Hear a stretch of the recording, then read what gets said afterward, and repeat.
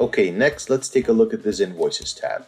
And this is a place where you can look in detail at your current and past loads. Unsubmitted tab is basically the same as on the dashboard. It just shows you the loads that are currently uploaded onto the portal, but you have not submitted them for factoring.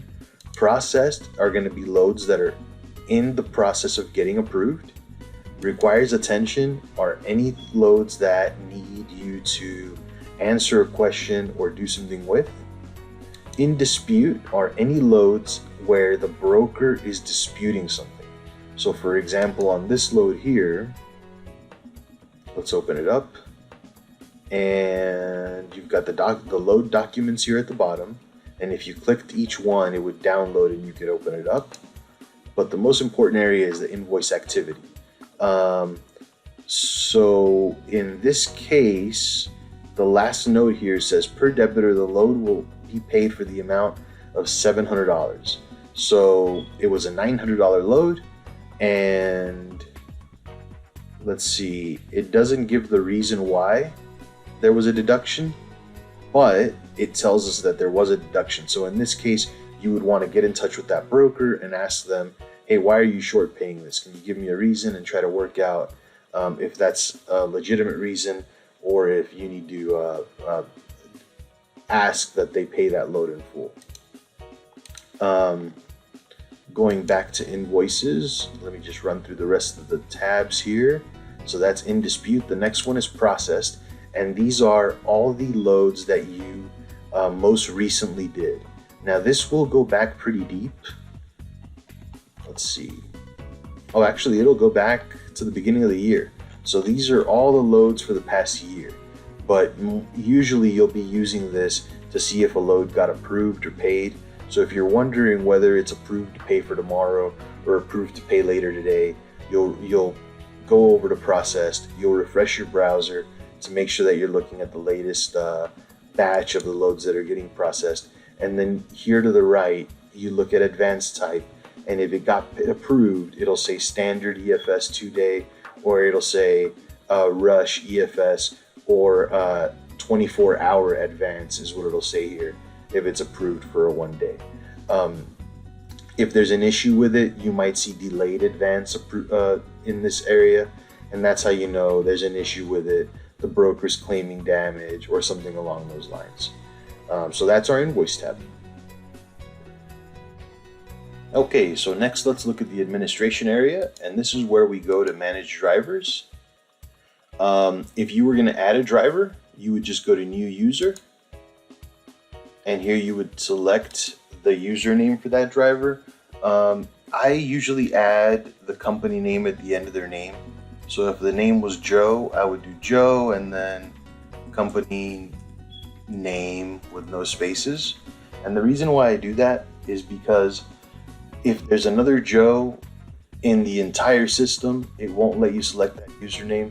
So usually if you do the first name and the company name, it'll make it unique enough that you don't have to worry about whether there's another user with the same name. Under here, you just type in your password, the same password you use to log into your account, and then confirm it at the bottom and hit next. I want to select that password, so to show you this, to show you the rest of that, I'll edit this driver. So basically, if you were doing a new driver, you would do new driver, and then you would hit the username, click that into this page here, into this tab here, I'm sorry. Then you would do your password, you confirm your password, you would hit next, and then under profile, this is where you really want your driver name the way that you want to see it. So the way that you want to see it in your loads, on your load history and all that, that's where you want to type under name here. Then you want to type in your email. This doesn't have to be your driver email. This can be your email, your dispatch email, whatever you want. Hit next. Select their role as a driver. That's the only role available. Just make sure you select them. And then if you have a fuel card, this matters to you. If you don't have fuel cards, it doesn't matter to you. But if you're not using fuel cards, you can leave this yes or no. It doesn't matter. And then hit next, and then hit finished. And then you've got your driver added here. And when you go to add a new load from your dashboard, and you are doing a new load here, and you go to your driver, you would see your second or third or new driver added to your group of drivers here.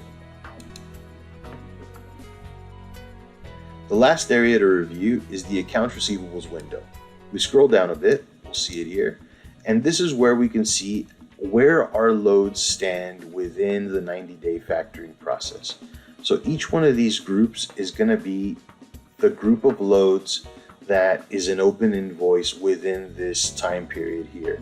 So if we click into each one, it'll open up the group of invoices or the group of loads that are open invoices or that have open invoices for these amount of days in this time period.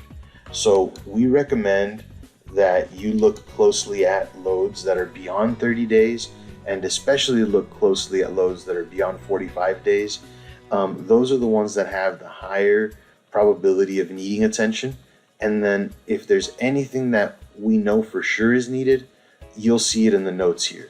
So if we took this load number and we copied it and we searched for it up here at the top,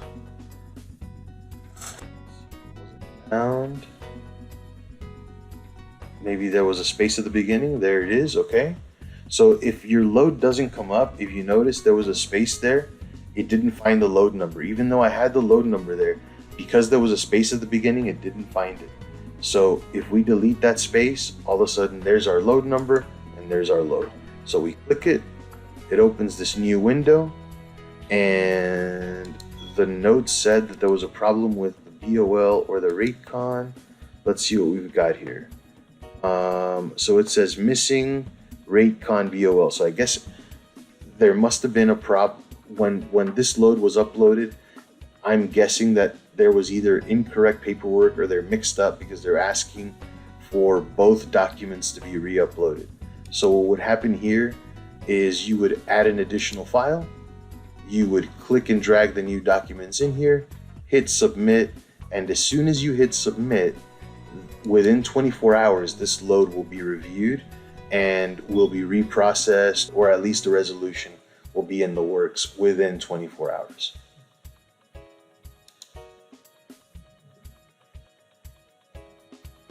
That concludes our review of the client portal.